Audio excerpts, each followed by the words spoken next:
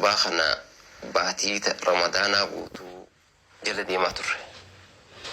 Warra poolisaatti illee himne baangaanii qubata jaanii baangaanii bakka inni jiru sanillee tiraagoonii silkii duraan masmara silkii keessaa qabullee baasee silkiillee dhaamsee lafa kaa'e.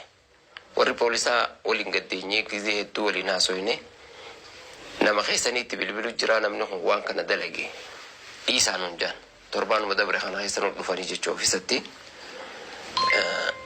Akkasuma haa ta'u eda galgala baanii gaawaan kana eegedni harkame milkeessuu qabna jennee warroota duraan sagantaa waliin kaayyannee waliin gizeetti bilbillee inspektaalleen hara biyyeessaa kutee hin jiru.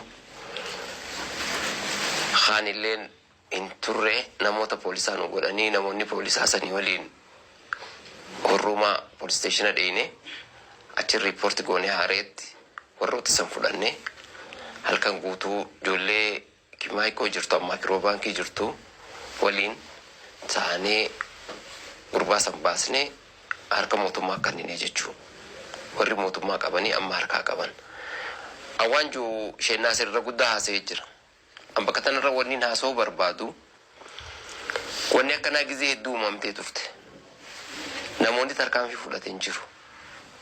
Immoo nuti Naayiroobii keessa teenyee Rasuulli Rabbi alayhi salaatu wasalaam arrafamee Rabbiin keenya arrafamee Quraanni Islaamaa arrafamee uummanni Muslimaa arrafamee wanni itti teenyu hin jirru jennee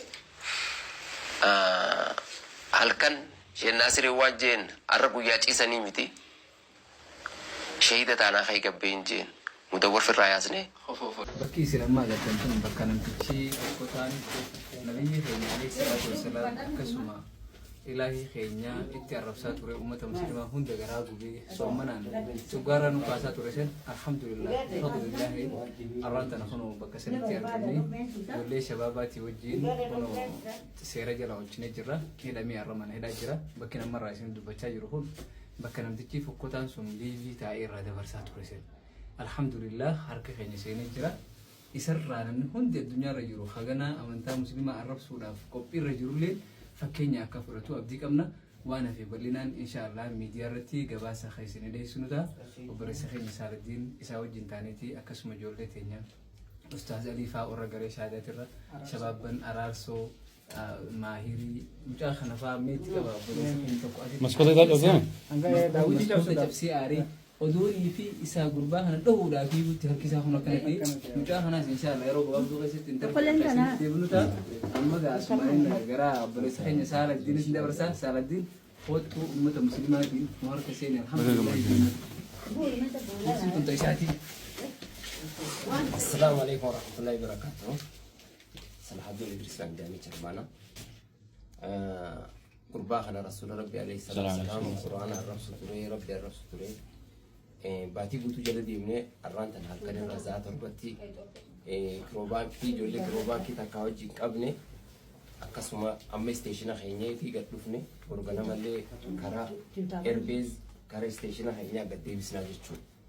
Akkasanii assalaamu alaikum warahmatullahi wabarakatuh. Amma dadhabnee jirra isin deebisna. Assalaamu alaikum. Gaarii.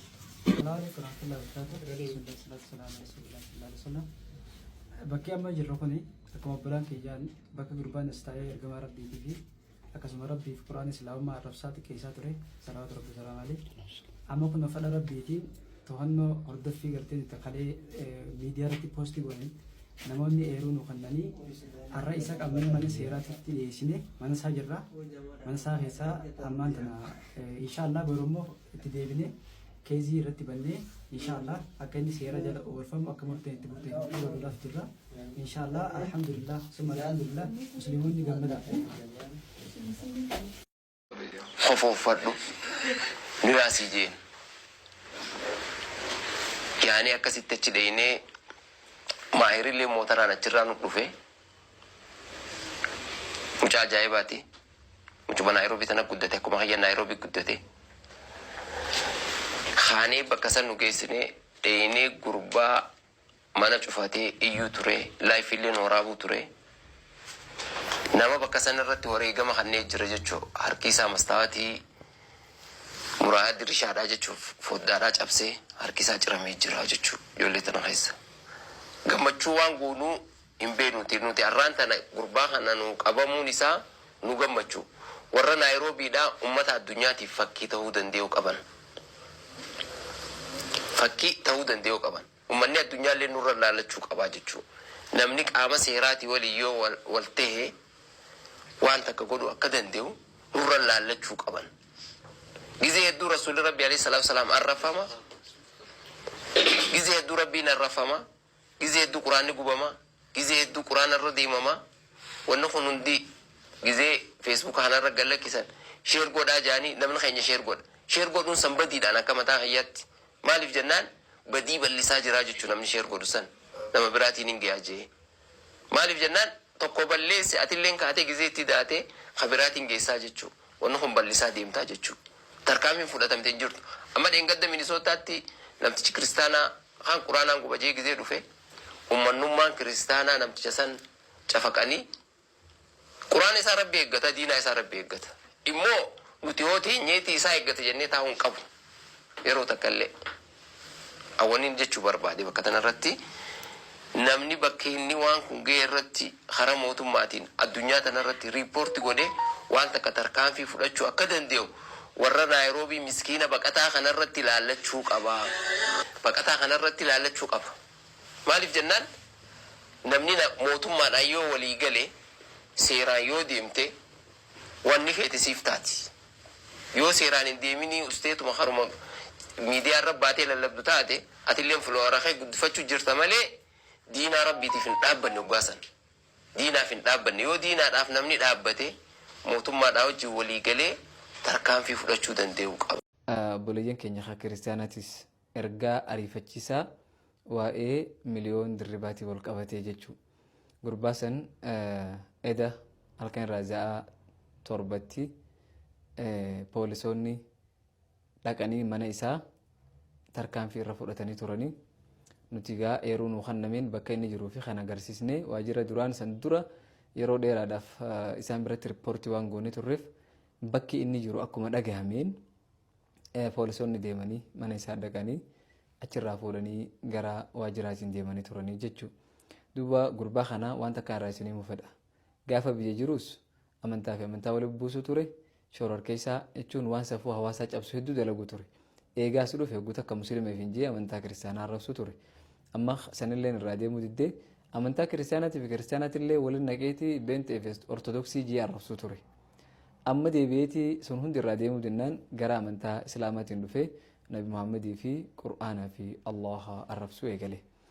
Achirraa ijoolleen eeruu gama keenya kennaniin nutilleen dhaamsa san fuunee walteenyee waliin mari'annee horee masjidaa wajjin ta'uudhaan akka horee gaaddisa islaamaatittis akkam godhuu qabna nama nabii rabbii arrabsee kana jennee tarkaanfii jabaan irra fudhatamuu qaba. Gama seeraatiin jennee seeratti riippoortii goone isaanilleen hordoffii godhanii bakka inni jiru nuuf kannaa jiran. Bakka inni jiru san ijoolleen teenya hordoftee Ustaaz Aliin Faan poostii godhuudhaan miseensa garee shahaadaa kan ta'e Ustaaz Aliin namni hin beekne hin jiru jeeti mucaa qabsaawaa addaati. Akkasitti duuba mana isaa bakka jiru baranii nu bilbilanii nutillee nasii waliin ta'anii poolisa fudhannee dheenye poolisoonni fuudhanii to'annaa seeraatiif dhiyeessanii amma harka seeraa jira. Insha Allah waan inni irra gahee kan isin hin geenyu tahaa jechuudha. Dhaamsi kiyya maaliree? Ummata muslimaatii fi kiristaanaatiifis dhaamsaan qaba. Ummanni muslimaatis kanaan wal qabsiistanii amantaa namaa hin arrabsinaa. Namni kun nama tokko amantaa kiristaanaa bakka hin bu'u waan ta'eef ummanni kiristaanaatis jeena jettanii duruyyaa akkanaatiin hin dhaaddatinaa. Baalageen hogguu isin keessaa baate adabadhu jechuu ni danda'u qabdan. Ummanni muslimaatis baalageen hogguu isin keessaa baate adabadhu jechuu ni danda'u qabna jechuun nuti illee akka muslimaatti. Saniifuu ummanni muslimaa fi kiristaanatis amantaa walii kabajachaa amantaa fi kabajachaa namoota abbaa fedhetti waan fedhetti amanee waan fedhe kafuruu danda'a mirga isaati garuu waan fedhe arrabsuu hin danda'u malee jechuudha. Biyyi takka illee nuti seera hin qabne hin jirtu warri biyyoota addunyaarra facaatanii jirtan obboleeyyan keenya kan muslimaa keenyaa jiraatan irraa fakkeenya fudhadhaa isin hin jenna. Biyya inni jirutti jala deemaa tarkaanfii seeraa irra fudhadhaa namatuma nama ajjeesaa jechaa hin jirru tarkaanfii seeraa irra fudhadhaa. Yoo ifumaa beekaa laaftan malee seerri biyya hin jirre hin jiru jechuudha. Ammallee irra deebi'ee wanni jechuu barbaadu warroota gartee gurbaa kana duuba jiru ha gurbaa kanaan hoo maal janingaa jabaadhu jeena keenya jechaanii ture isaan illeen amantaa fi amantaa waliin buusuu fi shororkeessummaa uumuu keessaa qooda guddaa akka qaban if beekuu qaban biyyoota isaan jiranitti seeraan akka gaafataman maqaalee isaaniitii fi bakka isaan jiran hunda waan beeknuuf jechuudha. Kanaafuu waan akkasitti irraa qusadhaa jechuun ni barbaanna. Irra deebi'ee musliimoonni magaalaa keenya Naayiroobii keessa qubatanii fi akkasuma bakka biraa qubatanis baga gammaddanii musliimtonni addunyaa mararratti garaan keessanis gubatee turellee baga garaan keessanis hin qabbanaa'e nuti haqamne shayxaana durriyyee ijaala qabne malee amantaa kiristaanaatitti hin buune. Warri akka waan nuti amantaa kiristaanaatti buunee fakkeessanii hafarsaa jirtan achuma dhaabbadhaa isin jenna. Nuti fi uummanni kiristaanaa ummata kiristaanaa keessaa nama hedduu kan wajji gargaare akka inni qabamuuf shora taphatee jechuudha. Isaanillee naa galatoomanii jenna. Hanga ergaa biraatii walitti deebinutti assalaamu alaikum wa rahmatullaahi wa barakaatuh.